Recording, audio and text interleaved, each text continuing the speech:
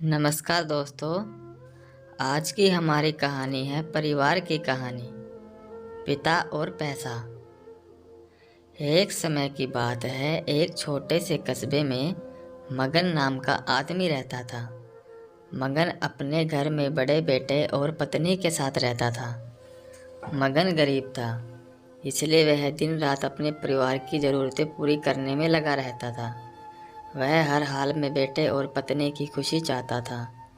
मगन एक छोटी सी कंपनी में काम करता था, जहां उसकी आमदनी घर खर्चे जितनी हो जाती थी, लेकिन फिर भी मगन कंपनी वाला काम ख़त्म करके दूसरी जगह जाया करता था, ताकि वह कुछ पैसे और कमा सके। काम में व्यस्त होने से वह अपने परिवार को समय नहीं दे पाता था। मगन 24 में से 15 घंटे घर से बाहर काम में निकाल देता था। रात को देर से आता और सुबह जल्दी जाता था। इसी तरह कुछ दिन बीतते गए।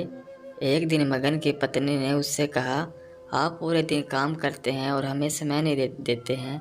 वैसे भी हमारा खर्चा आराम से निकल जाता है, तो आप इतनी मेहनत क्यों करते हो? हमारे पास जितना है उसी में हम खुश रहना चाहिए। चलिए आज हम तीनों कहीं घूमने चलते हैं। तब मगन कहता है कि बस कुछ समय मुझे और मेहनत करने दो, फिर आराम ही आराम है। इस तरह मगन मेहनत करने में लगा रहता है। उसका बेटा भी उससे अक्सर कहता है कि पापा आप मेरे साथ खेलो, बैठो और मुझसे बात करो।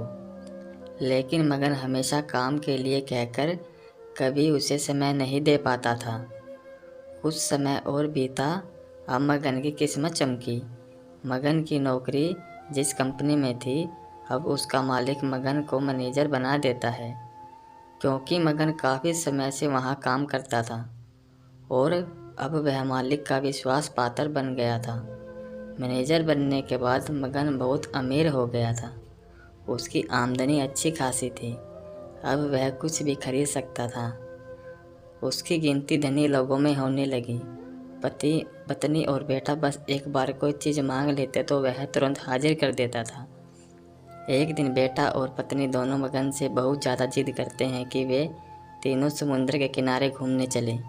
मगन कहता है कि ठीक है, आज चलेंगे, लेकिन मुझे कंपनी में थोड़ा काम है, इसलिए तुम दोनों समुद्र के किनारे पहुँचो, मैं सीधा कंपनी से काम ख़त्म करके पहुँचता हूँ।